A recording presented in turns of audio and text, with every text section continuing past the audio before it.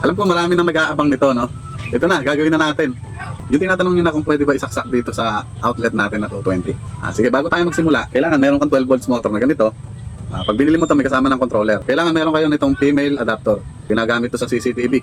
Ayan, may negative positive din dyan. Diyan mo isusok-sok yung mga wire. At saka ito, meron dapat kayo nitong AC-DC adapter. Ito, bali, ginagamit ko ito sa may blower kalan. Okay, umpisa na tayo mga idol. Meron na ako dito sirang electric fan. Okay, baklasin na natin to. Tanggalin lang yung 4 na tornilyo dito.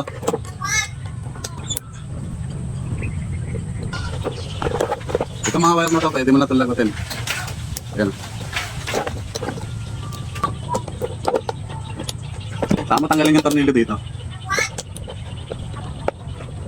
Ayan, ito, hindi mo matatanggal to hanggat meron tong sabat na to. Ayan, kita nyo. Ayan, madali lang naman itong tanggalin. Ayan, tanggal na. Tanggal na rin tong ano. Ayan, may makikita kayong bushing dito. Kailangan tanggalin natin yan. Ayan, tanggal na yung bushing.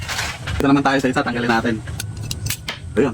Ayun, tumurit na, natanggal na mga ladigigs. Ngayon, tatanggalin natin yung kulay itim na lock nyo dito. Kailangan meron kayong flat screw na manipis na ganito para matungkap nyo yung siwang dito. Ito, meron konting awang. Kaya na, mas madali siyang tanggalin pagka maliit na ganito gamit nyo. Na flat screw. Ayan. Ngayon, yung nandito sa motor, itinape ko na, hindi ko na pinakita sa inyo. Pag itinape nyo, balutan nyo lahat nung makikita nyo tanso. Bali, ibabali natin siya bago natin isalpak. Ayan, ganyan. Kaya natin ibinali, baka kasi tumuko dito. Okay? Dapat ganito siya. Ayan, dapat na ganyan. Kita nyo ba? Tapos yung wire niya, dito na natin ilusot sa mga siwang na yan. Saka natin i-shoot dito sa kabila. Ayan, ganyan po yung magiging itsura niya, no? Parang ganun lang din sa stock niya. Ngayon mga idol, itutornilyo na natin, no? Ito, bali, ang tawag dito ay black screw. Dos yata yung ano niya, size. Itong dating screw niya, hindi na pwede ito kasi maigsi na. Okay, itornilyo na natin.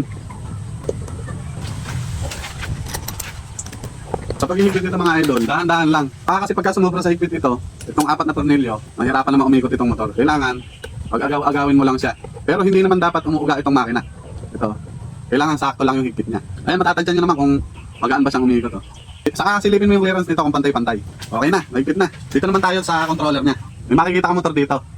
Ngayon, doon sa motor na yon, may minus, saka may plus. Yan, kahit magkabaligtad yan, okay yan. Huwag po kayong mag-alala, wala pong masusunog dyan. Ngayon po, ituturo ko po sa inyo kung ano po yung tamang pagkakabit dito sa controller ng wire na galing sa motor. Itong sa motor, halimbawa, pabaligtad yung ikot, pakaliwa. Di ba pag pakaliwa, walang hangin yun. Gawin mo, bunutin mo uli yung wire, saka mo pagpalitin. Pagka napagpalit mo at pakanan na yung ikot, okay na yun. Okay, dito tayo sa kabila. Ito naman yung papunta dun sa email adapter natin na ilalagay. Ito. Okay, gawin na natin. Papakita ko na lang sa inyo pagka nakalagay na yung wire. Unahin muna natin ilagay itong motor dito.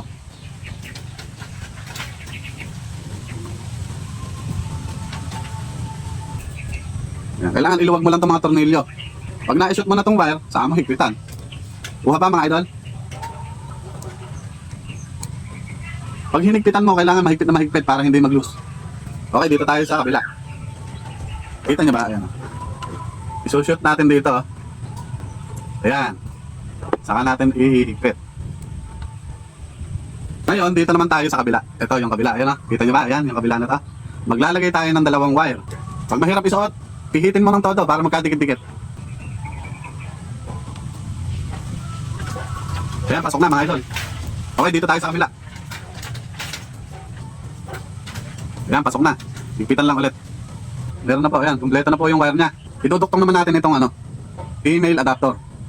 O ano po yung nakalagay dito, yun din po yung ilalagay nyo dito. Halimbawa po dito sa may plus sign, ilagay mo din dito, may plus sign din dito. Kung negative, sa negative mo ilagay yung isa. Okay ba mga idol? Malinaw ba? Ganun lang din to, no?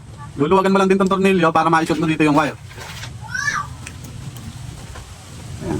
Ayan, maluwag na. Ngayon, hahanapin mo na yung positive. Ayan, saka mo ngayon isusok-sok dito sa positive.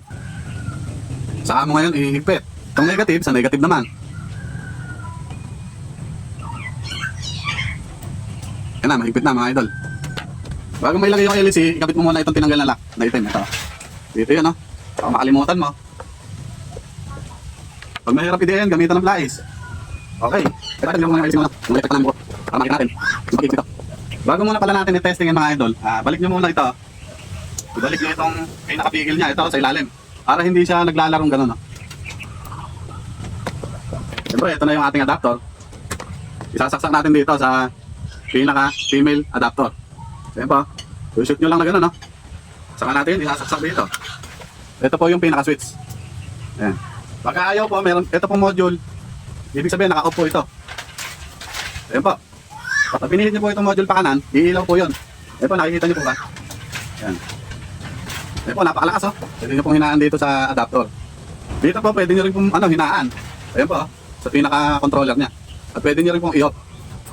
Ayan, open natin ulit. Ayan po, pakinggan nyo po, panoorin nyo po, napakalakas. Ngayon, para hindi ka na mahirapan maghanap ng mga gamit nito, itong adapter, itong motor na may kasama controller, saka itong adapter na female, ilalagay ko na lang yung link nitong mga to sa yellow basket dyan sa baba. Diyan ka na lang po mag-order. Salamat po sa panonood.